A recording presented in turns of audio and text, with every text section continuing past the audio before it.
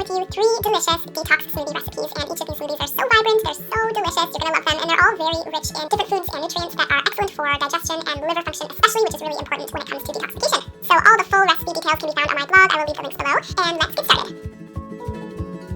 So the first smoothie that we're going to be making is the triple green detox smoothie, and this smoothie here has 3 very important greens for detoxification, including matcha, which is very energizing and rich in antioxidants, chlorella, which is great for heavy metal detox, and spinach as well. You're also going to need pineapple and banana.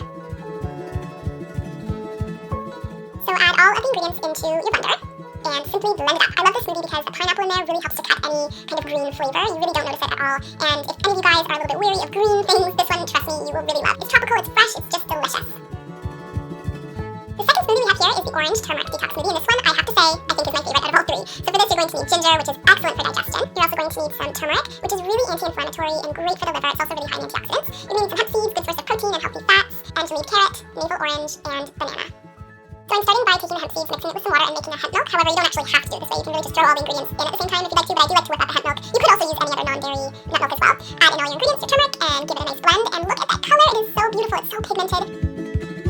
I love this smoothie because it's creamy and it has a comforting flavor to it with the ginger, but it has a bit of a zesty flavor to it. And it's all around just really great. This smoothie would also be nice if you had a sprinkle of cinnamon in there too. All the flavors combine really, really nicely.